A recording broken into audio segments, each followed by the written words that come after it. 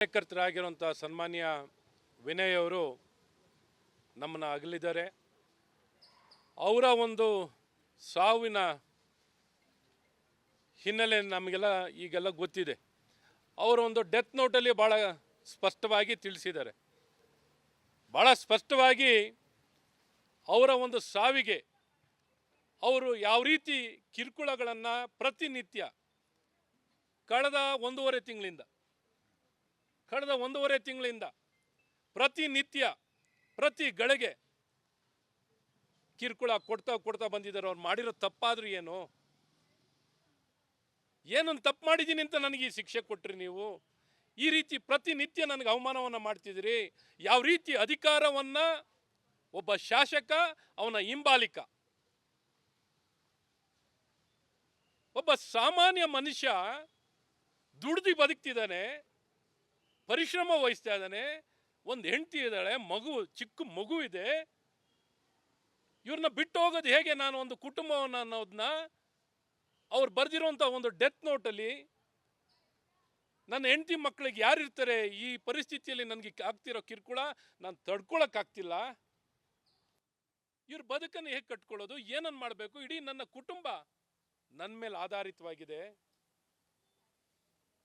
ಇವರ ಕಿರುಕುಳ ಸಹಿಸ್ಕೊಳಕ್ಕಾಗದೆ ನಾನು ಇಂಥ ತೀರ್ಮಾನ ತಗೊಳ್ಬೇಕು ಅಂತ ವ್ಯಕ್ತಪಡಿಸಿರುವಂಥದ್ದು ಡೆತ್ ನೋಟನ್ನು ನೀವೆಲ್ಲರೂ ನೋಡಿದ್ದೀವಿ. ಈಗ ಇಂಥ ಸಂದರ್ಭದಲ್ಲೂ ನಾವೇನು ಇವ್ರನ್ನ ಈಗಾಗಲೇ ಜಡ್ಜ್ಮೆಂಟ್ ಕೊಡೋವಂಥದ್ದನ್ನ ಹೇಳ್ತಾ ಇದ್ದೀವ.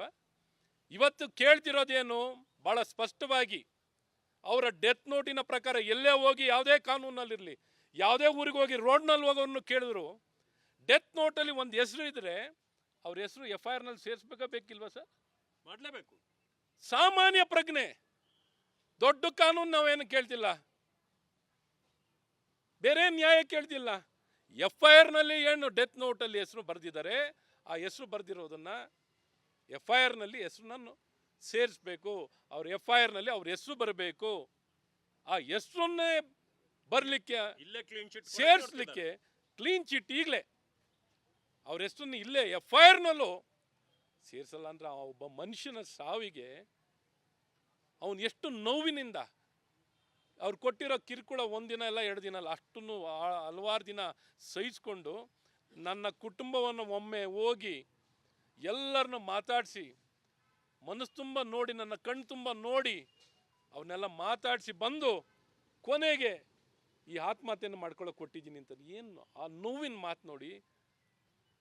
ಅವನು ಎಷ್ಟು ಒಂದು ಕಡೆ ಆ ಚಿಕ್ಕ ಮಗುನ ಯಾರು ಬಿಟ್ಟು ಹೋಗ್ಲಿಕ್ಕೆ ಮನಸ್ಸು ಬರುತ್ತೆ? ಆ ಮಗುನು ಬಿಟ್ಟು ಹೋಗ್ಲಿಕ್ಕೆ ಯಾರು ಮನಸ್ಸು ಬರುತ್ತೆ ನೀವೇ ಹೇಳಿ. ಸೊ ಇಷ್ಟೆಲ್ಲ ನೋಡಿನೂ ಇಲ್ಲಿ ಒಂದು ಕಾನೂನು, ಇಲ್ಲಿ ವ್ಯವಸ್ಥೆ ಇದೆಯಾ? ಈ ಸತ್ತೋಗಿರೋ ಗೃಹ ಇಲಾಖೆನ ಕಾಂಟ್ರಾಕ್ಟ್ ಗೌರ್ಮೆಂಟ್ ಅಂತ ಕರಿಬೋದು. ಇದನ್ನು ಕಾಂಟ್ರಾಕ್ಟ್ ಗೌರ್ಮೆಂಟ್. ನಾನು ಯಾಕೆ ರಾಜಕೀಯ ಈ ಹೇಳಿಕೆನ ಹೇಳ್ತಾ ಇದ್ದೀನಿ ಅಂದರೆ, ಒಂದು DG IGPಯನ್ನು ಕಾಂಟ್ರಾಕ್ಟ್ನಲ್ಲಿ ಮುಂದುವರಿಯುವಂಥ ಸರ್ಕಾರಗಳು ನೋಡಿದ್ದೀವಿ ನಾವು. ಇಂಥ ಪರಿಸ್ಥಿತಿ ಇಲ್ಲಿ ನಿರ್ಮಾಣ ಆಗಿ ಒಂದು ಸಾಧಾರಣ ಒಬ್ಬ ಇನ್ಸ್ಪೆಕ್ಟ್ರು, ಪ್ರತಿಪಕ್ಷದ ನಾಯಕರು ಇಲ್ಲಿ ಬಂದು ಬೆಳಗ್ಗೆ 10:30 ಕೂತಿದ್ದಾರೆ, ಹುಷಾರಿಲ್ಲ, ಊಟನೂ ಮಾಡಿಲ್ಲದೆ. ಒಂದು ಪ್ರಜ್ಞೆ, ಒಂದು ಸರ್ಕಾರ, ಯಾರು ಇದು ಪ್ರೈವೇಟ್ ಲಿಮಿಟೆಡ್ ಕಂಪ್ನಿನ, ಕಾಂಗ್ರೆಸ್ ಪ್ರೈವೇಟ್ ಲಿಮಿಟೆಡ್ ಕಂಪ್ನಿನ, ಸಿದ್ದರಾಮಯ್ಯ ಪ್ರೈವೇಟೆಡ್ ಲಿಮಿಟೆಡ್ ಕಂಪ್ನಿನ, ಪೊನ್ನಣ್ಣ ಪ್ರೈವೇಟೆಡ್ ಲಿಮಿಟೆಡ್ ಕಂಪ್ನಿನ, ಅಥವಾ ಪರಮೇಶ್ವರ್ ಪ್ರೈವೇಟೆಡ್ ಲಿಮಿಟೆಡ್ ಕಂಪ್ನಿನ, ಇವ್ರ ಮನೆಯಲ್ಲಿ ಏನಾರು ಮಾಡಲಿ, ಇದು ಸರ್ಕಾರ ಎಲ್ಲ ಜನಕ್ಕೆ ಸೇರಿರೋ ಸರ್ಕಾರ. ಇವ್ರಿಗೆ ನಿರ್ವಹಣೆಯನ್ನು ಮಾಡಲಿಕ್ಕೆ ಕೊಟ್ಟಿದ್ದೀವಿ ರಾಜ್ಯವನ್ನು, ಅಧಿಕಾರ ಕೊಟ್ಟಿರೋದು ನಿರ್ವಹಣೆಯನ್ನು ಮಾಡಲಿಕ್ಕೆ. ಬೇಲಿನ ಎದ್ದು ಹೊಲ ಮೈತಾ ಇದ್ರೆ ಏನು ಅಂದ್ಕೊಂಡಿದ್ದಾರೆ? ಏನು ಬೇಕಾದ್ರೆ ಮಾಡ್ಬೋದು ಅಂತ ಅಂದ್ಕೊಂಡಿದ್ದಾರೆ, ಏನು ಬೇಕಾದ್ರೆ ಮಾಡ್ಬೋದು ಅಂತ. ಇದೊಂದು ಸರ್ಕಾರನ? ಒಬ್ಬ ಇನ್ಸ್ಪೆಕ್ಟ್ರು ಇಲ್ಲಿ ಬಂದು ಮಾತಾಡಿಸ್ಲಿಕ್ಕೆ ಪ್ರತಿಪಕ್ಷ ನಾಯಕ ಇಲ್ಲಿ ಒಳಗಡೆ ಇಲ್ಲೂ ಸಹ ಬಂದಿಲ್ಲ. ಒಬ್ಬ ಸ್ಟೇಷನ್ ಇನ್ಚಾರ್ಜ್ ಮನುಷ್ಯ. ಇದೇನು ಕಾನೂನು ಇದೆಯಾ? ಇಷ್ಟು ಜನ ಸತ್ರು ಯಾರ ಹೆಸರುಗಳನ್ನು FIR ನಲ್ಲಿ ಸೇರಿಸ್ತಿರ್ಲಿಲ್ಲ. ಹಾಗೆ ಇದೂ ಏನು ಇಲ್ಲಿ ಸೇರಿಸಲಿಲ್ಲ ಅಂದ್ರೆ ಏನು ಮಾಡ್ಕೋತಾರೆ ಇವರು? ಏನು ಎಷ್ಟೊತ್ತು ಕೂತ್ಕೋಬೋದು, ಏನು ಮಾಡ್ಕೋಬೋದು ಅನ್ನೋಂಥ ಮನಸ್ಥಿತಿಯಲ್ಲಿ ಇವತ್ತಿಗೆ ಬಂದಿದ್ರೆ ಏನಿದು? ನಿಜಕ್ಕೂ ನಾವು ಇಡೀ ಕರ್ನಾಟಕದ ಕನ್ನಡಿಗರು ತಲೆ ತೆಗ್ಸೋಂಥ ಪರಿಸ್ಥಿತಿ. FIR ನಲ್ಲಿ ಬರೀ ಹೆಸರು ಸೇರ್ಲಿಕ್ಕೆ ಕಾನೂನು ಪ್ರಕಾರ ಸೇರ್ಬೇಕಾಗಿರೋ ಹೆಸರನ್ನ ಅವ್ರ ಡೆತ್ ನೋಟಲ್ಲಿ ಇಲ್ಲದೆ ನಾವು ಕೇಳ್ತಾ ಇದ್ದೀವ. ಇವತ್ತು ಅವ್ರ ಅಣ್ಣ ಅವ್ರ ಡೆತ್ ನೋಟಲ್ಲಿ ಅವ್ರು ಬರ್ಕೊಟ್ಟಿರೋ ಪ್ರೈವೇಟ್, ನೀವೇನ್ರಿ ಬರ್ಕೊಟ್ಟಿರೋದಲ್ವಾ ಜೀವನ್, ನೀವೇ ಬರ್ಕೊಟ್ಟಿರೋದು, ಕಂಪ್ಲೇಂಟ್ ಬರ್ಕೊಟ್ಟಿರೋರು ಇವರೇ. ಅವ್ರ ಹೆಂಡತಿ ಮಕ್ಕಳು ಕಥೆ ಏನಾಗಬೇಕು, ಇವರೇನು ಸುಖದಲ್ಲಿ ಎಲ್ಲ ಅಧಿಕಾರ ಪಡ್ಕೊಂಡು ದುರ್ಬಳಕೆ ಮಾಡ್ಕೊಂಡು ಕೂತ್ಕೋಬೇಕು ಅಂತಿದ್ದಾರೆ. ದಯವಿಟ್ಟು ನಿಮಗೇನಾರು ಆತ್ಮಸಾಕ್ಷಿ ಅಂತ ಏನಾರು ಇದ್ದರೆ, ಒಂದು ನೈತಿಕತೆ ಅಂತ, ಒಬ್ಬ ಮನುಷ್ಯ ಸರಳ ಸಾಮಾನ್ಯ ಮನುಷ್ಯ ಇವತ್ತು ತನ್ನ ನೋವಿನಲ್ಲಿ ಇಡೀ ಕುಟುಂಬವನ್ನು ಬಿಟ್ಟು ಆತ್ಮಹತ್ಯೆಯನ್ನು ಮಾಡ್ಕೊಂಡಿದ್ದಾರೆ. ನಾವು ಕೇಳ್ತಿರೋದು ಅವರ ಡೆತ್ ನೋಟಲ್ಲಿ ಬರೆದಿರೋಂಥ ಹೆಸರುಗಳನ್ನ ಈ ಕೂಡಲೇ FIRನಲ್ಲಿ ಹೆಸರುಗಳನ್ನ ಸೇರಿಸ್ಬೇಕು. ಅಲ್ಲಿವರೆಗೂ ಇವ್ರ ಕುಟುಂಬದವರು ಇಲ್ಲಿಂದ ಆ ಬಾಡಿ ತೊಗೊಂಡೋಗಲ್ಲ ಅಂತ ಭಾಳ ಸ್ಪಷ್ಟವಾಗಿ ತಮ್ಮ ಭಾವನೆಯನ್ನು ವ್ಯಕ್ತಪಡಿಸಿದ್ದಾರೆ. ನಾವು ತೊಗೊಂಡೋಗಿ ಏನು ಮಾಡೋದು, ಅವ್ನು ಕೇಳಿರೋ ನ್ಯಾಯನ ಕೊಡಿಸ್ಲಿಕ್ಕೆ ಆಗದೆ ಅವನು ಕೇಳಿರೋ ಡೆತ್ ನೋಟಲ್ಲಿ ನನ್ನ ಸಾವಿಗೆ ನ್ಯಾಯ ಬೇಕು ಅಂತ ಕೇಳಿದ್ದಾರೆ. ನ್ಯಾಯನೇ ಕೊಡದೆ ಇವತ್ತು ಸಮಾಜ ಸತ್ತೋಗಿದೆ ಅಂತ ಅನ್ಕೋಬೇಕಾ ನಾವು? ಈ ಪರಿಸ್ಥಿತಿ ನಿರ್ಮಾಣ ಆಗಿದೆ, ಸರ್ಕಾರ ಸತ್ತೋಗಿದೆ ಅಂತ ಅನ್ಕೋಬೇಕಾ, ಅಥವಾ ಒಂದು ಗೃಹ ಇಲಾಖೆ ಬದುಕಿಲ್ಲ ಅಂತ ಅನ್ಕೋಬೇಕಾ, ಸತ್ತೋಗಿದೆ ಅಂತ ಅನ್ಕೋಬೇಕಾ? ಇಂಥ ಪರಿಸ್ಥಿತಿ ನಿರ್ಮಾಣ ಮಾಡಾಗಿದ್ದಾರೆ. ಹಾಗಾಗಿ ಭಾಳ ಸ್ಪಷ್ಟವಾಗಿ ವ್ಯಕ್ತಪಡಿಸುವಂಥದ್ದಾಗಿದೆ. ಇದನ್ನು ಸೇರಿಸಲೇಬೇಕು ಅನ್ನೋಂಥದ್ದು ನಮ್ಮೆಲ್ಲರ ಒತ್ತಾಯ. ಕಾರ್ಯಕರ್ತರಾಗಿರುವಂಥ ಸನ್ಮಾನ್ಯ ವಿನಯ್ ಅವರು ನಮ್ಮನ್ನು ಅಗಲಿದ್ದಾರೆ. ಅವರ ಒಂದು ಸಾವಿನ ಹಿನ್ನೆಲೆ ನಮಗೆಲ್ಲ ಈಗೆಲ್ಲ ಗೊತ್ತಿದೆ. ಅವರ ಒಂದು ಡೆತ್ ನೋಟಲ್ಲಿ ಭಾಳ ಸ್ಪಷ್ಟವಾಗಿ ತಿಳಿಸಿದ್ದಾರೆ.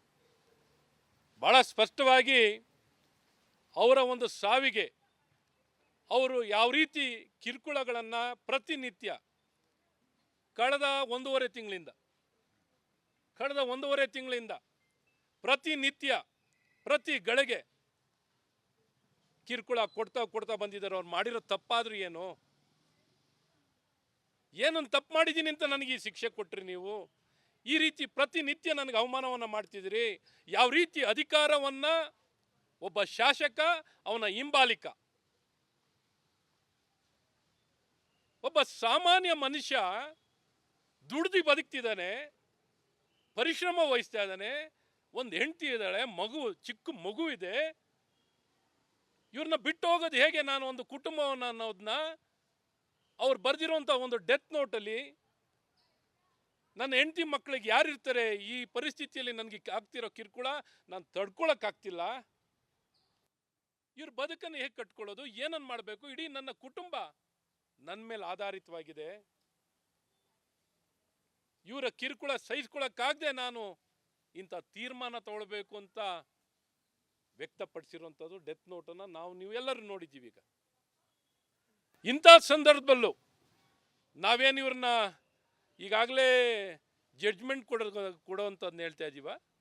ಇವತ್ತು ಕೇಳ್ತಿರೋದೇನು, ಭಾಳ ಸ್ಪಷ್ಟವಾಗಿ ಅವರ ಡೆತ್ ನೋಟಿನ ಪ್ರಕಾರ ಎಲ್ಲೇ ಹೋಗಿ, ಯಾವುದೇ ಕಾನೂನಲ್ಲಿರಲಿ, ಯಾವುದೇ ಊರಿಗೆ ಹೋಗಿ ರೋಡ್ನಲ್ಲಿ ಹೋಗೋವನ್ನು ಕೇಳಿದ್ರು, ಡೆತ್ ನೋಟಲ್ಲಿ ಒಂದು ಹೆಸರು ಇದ್ದರೆ ಅವ್ರ ಹೆಸರು FIRನಲ್ಲಿ ಸೇರಿಸ್ಬೇಕಾ ಬೇಕಿಲ್ವಾ ಸರ್? ಮಾಡಲೇಬೇಕು. ಸಾಮಾನ್ಯ ಪ್ರಜ್ಞೆ, ದೊಡ್ಡ ಕಾನೂನು ನಾವೇನು ಕೇಳ್ತಿಲ್ಲ, ಬೇರೆ ನ್ಯಾಯ ಕೇಳ್ತಿಲ್ಲ. FIRನಲ್ಲಿ ಏನು ಡೆತ್ ನೋಟಲ್ಲಿ ಹೆಸರು ಬರೆದಿದ್ದಾರೆ, ಆ ಹೆಸರು ಬರೆದಿರೋದನ್ನ FIRನಲ್ಲಿ ಹೆಸರನ್ನು ಸೇರಿಸ್ಬೇಕು. ಅವ್ರ FIRನಲ್ಲಿ ಅವ್ರ ಹೆಸರು ಬರಬೇಕು.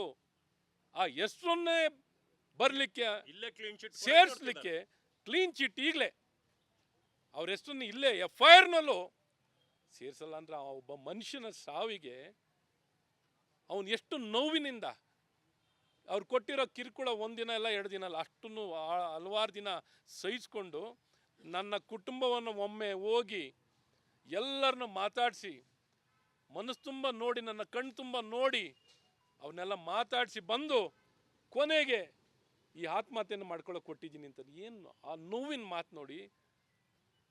ಅವನು ಎಷ್ಟು ಒಂದು ಕಡೆ ಆ ಚಿಕ್ಕ ಮಗುನ ಯಾರು ಬಿಟ್ಟು ಹೋಗ್ಲಿಕ್ಕೆ ಮನಸ್ಸು ಬರುತ್ತೆ? ಆ ಮಗುನು ಬಿಟ್ಟು ಹೋಗ್ಲಿಕ್ಕೆ ಯಾರು ಮನಸ್ಸು ಬರುತ್ತೆ, ನೀವೇ ಹೇಳಿ. ಸೊ ಇಷ್ಟೆಲ್ಲ ನೋಡಿನೂ ಇಲ್ಲಿ ಒಂದು ಕಾನೂನು, ಇಲ್ಲಿ ವ್ಯವಸ್ಥೆ ಇದೆಯಾ? ಈ ಸತ್ತೋಗಿರೋ ಗೃಹ ಇಲಾಖೆನ ಕಾಂಟ್ರಾಕ್ಟ್ ಗೌರ್ಮೆಂಟ್ ಅಂತ ಕರಿಬೋದು. ಇದನ್ನು ಕಾಂಟ್ರಾಕ್ಟ್ ಗೌರ್ಮೆಂಟ್. ನಾನು ಯಾಕೆ ಈ ಹೇಳಿಕೆನ ಹೇಳ್ತಾ ಇದ್ದೀನಿ ಅಂದರೆ, ಒಂದು DG IGPಯನ್ನು ಕಾಂಟ್ರಾಕ್ಟ್ನಲ್ಲಿ ಮುಂದುವರಿಯುವಂಥ ಸರ್ಕಾರಗಳು ನೋಡಿದ್ದೀವಿ ನಾವು. ಇಂಥ ಪರಿಸ್ಥಿತಿ ಇಲ್ಲಿ ನಿರ್ಮಾಣ ಆಗಿ ಒಂದು ಸಾಧಾರಣ ಒಬ್ಬ ಇನ್ಸ್ಪೆಕ್ಟ್ರು, ಪ್ರತಿಪಕ್ಷದ ನಾಯಕರು ಇಲ್ಲಿ ಬಂದು ಬೆಳಗ್ಗೆ 10:30 ಕೂತಿದ್ದಾರೆ, ಹುಷಾರಿಲ್ಲ, ಊಟನೂ ಮಾಡಿಲ್ಲದೆ. ಒಂದು ಪ್ರಜ್ಞೆ, ಒಂದು ಸರ್ಕಾರ, ಯಾರು ಇದು ಪ್ರೈವೇಟ್ ಲಿಮಿಟೆಡ್ ಕಂಪ್ನಿನ, ಕಾಂಗ್ರೆಸ್ ಪ್ರೈವೇಟ್ ಲಿಮಿಟೆಡ್ ಕಂಪ್ನಿನ, ಸಿದ್ದರಾಮಯ್ಯ ಪ್ರೈವೇಟ್ ಲಿಮಿಟೆಡ್ ಕಂಪ್ನಿನ, ಪೊನ್ನಣ್ಣ ಪ್ರೈವೇಟೆಡ್ ಲಿಮಿಟೆಡ್ ಕಂಪ್ನಿನ, ಅಥವಾ ಪರಮೇಶ್ವರ್ ಪ್ರೈವೇಟೆಡ್ ಲಿಮಿಟೆಡ್ ಕಂಪ್ನಿನ, ಇವ್ರ ಮನೆಯಲ್ಲಿ ಏನಾರು ಮಾಡಲಿ, ಇದು ಸರ್ಕಾರ ಎಲ್ಲ ಜನಕ್ಕೆ ಸೇರಿರೋ ಸರ್ಕಾರ. ಇವ್ರಿಗೆ ನಿರ್ವಹಣೆಯನ್ನು ಮಾಡಲಿಕ್ಕೆ ಕೊಟ್ಟಿದ್ದೀವಿ, ರಾಜ್ಯವನ್ನು ಅಧಿಕಾರ ಕೊಟ್ಟಿರೋದು ನಿರ್ವಹಣೆಯನ್ನು ಮಾಡಲಿಕ್ಕೆ. ಬೇಲಿನ ಎದ್ದು ಹೊಲ ಮೈತಾ ಇದ್ರೆ ಏನು ಅಂದ್ಕೊಂಡಿದ್ದಾರೆ, ಏನು ಬೇಕಾದ್ರೆ ಮಾಡ್ಬೋದು ಅಂತ ಅಂದ್ಕೊಂಡಿದ್ದಾರೆ, ಏನು ಬೇಕಾದ್ರೆ ಮಾಡ್ಬೋದು ಅಂತ. ಇದೊಂದು ಸರ್ಕಾರನ? ಒಬ್ಬ ಇನ್ಸ್ಪೆಕ್ಟ್ರು ಇಲ್ಲಿ ಬಂದು ಮಾತಾಡಿಸ್ಲಿಕ್ಕೆ ಪ್ರತಿಪಕ್ಷ ನಾಯಕ ಇಲ್ಲಿ ಒಳಗಡೆ ಇಲ್ಲೂ ಸಹ ಬಂದಿಲ್ಲ, ಒಬ್ಬ ಸ್ಟೇಷನ್ ಇನ್ಚಾರ್ಜ್ ಮನುಷ್ಯ. ಇದೇನು ಕಾನೂನು ಇದೆಯಾ? ಇಷ್ಟು ಜನ ಸತ್ರು ಯಾರ ಹೆಸರುಗಳನ್ನು FIR-ನಲ್ಲಿ ಸೇರಿಸ್ತಿರ್ಲಿಲ್ಲ. ಹಾಗೆ ಇದೂ ಏನು ಇಲ್ಲಿ ಸೇರಿಸಲಿಲ್ಲ ಅಂದ್ರೆ ಏನು ಮಾಡ್ಕೋತಾರೆ ಇವರು? ಏನು ಎಷ್ಟೊತ್ತು ಕೂತ್ಕೋಬೋದು, ಏನು ಮಾಡ್ಕೋಬೋದು ಅನ್ನೋಂಥ ಮನಸ್ಥಿತಿಯಲ್ಲಿ ಇವತ್ತಿಗೆ ಬಂದಿದ್ರೆ ಏನಿದು?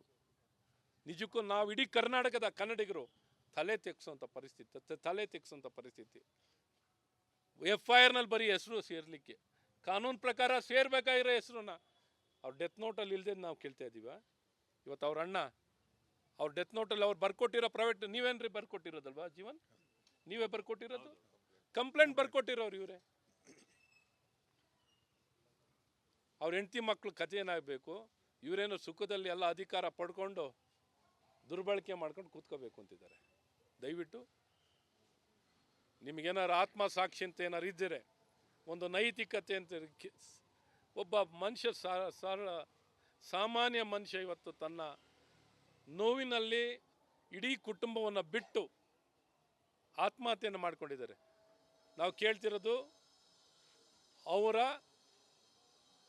ಡೆತ್ ನೋಟಲ್ಲಿ ಬರೆದಿರೋಂಥ ಹೆಸರುಗಳನ್ನ ಈ ಕೂಡಲೇ FIR-ನಲ್ಲಿ ಹೆಸರುಗಳನ್ನ ಸೇರಿಸ್ಬೇಕು. ಅಲ್ಲಿವರೆಗೂ ಇವ್ರ ಕುಟುಂಬದವರು ಇಲ್ಲಿಂದ ಆ ಬಾಡಿ ತೊಗೊಂಡೋಗಲ್ಲ ಅಂತ ಭಾಳ ಸ್ಪಷ್ಟವಾಗಿ ತಮ್ಮ ಭಾವನೆಯನ್ನು ವ್ಯಕ್ತಪಡಿಸಿದ್ದಾರೆ. ನಾವು ತೊಗೊಂಡೋಗಿ ಏನು ಮಾಡೋದು? ಅವ್ನು ಕೇಳಿರೋ ನ್ಯಾಯನ ಕೊಡಿಸ್ಲಿಕ್ಕೆ ಆಗದೆ, ಅವನು ಕೇಳಿರೋ ಡೆತ್ ನೋಟಲ್ಲಿ ನನ್ನ ಸಾವಿಗೆ ನ್ಯಾಯ ಬೇಕು ಅಂತ ಕೇಳಿದ್ದಾರೆ. ನ್ಯಾಯನೇ ಕೊಡದೆ ಇವತ್ತು ಸಮಾಜ ಸತ್ತೋಗಿದೆ ಅಂತ ಅನ್ಕೋಬೇಕಾ ನಾವು? ಈ ಪರಿಸ್ಥಿತಿ ನಿರ್ಮಾಣ ಆಗಿದೆ, ಸರ್ಕಾರ ಸತ್ತೋಗಿದೆ ಅಂತ ಅನ್ಕೋಬೇಕಾ? ಅಥವಾ ಒಂದು ಗೃಹ ಇಲಾಖೆ ಬದುಕಿಲ್ಲ ಅಂತ ಅನ್ಕೋಬೇಕಾ? ಸತ್ತೋಗಿದೆ ಅಂತ ಅನ್ಕೋಬೇಕಾಗಿತ್ತು. ಇಂಥ ಪರಿಸ್ಥಿತಿ ನಿರ್ಮಾಣ ಮಾಡಾಗಿದ್ದಾರೆ. ಹಾಗಾಗಿ ಭಾಳ ಸ್ಪಷ್ಟವಾಗಿ ವ್ಯಕ್ತಪಡಿಸುವಂಥದ್ದಾಗಿದೆ. ಇದನ್ನು ಸೇರಿಸಲೇಬೇಕು ಅನ್ನೋಂಥದ್ದು ನಮ್ಮೆಲ್ಲರ ಒತ್ತಾಯ.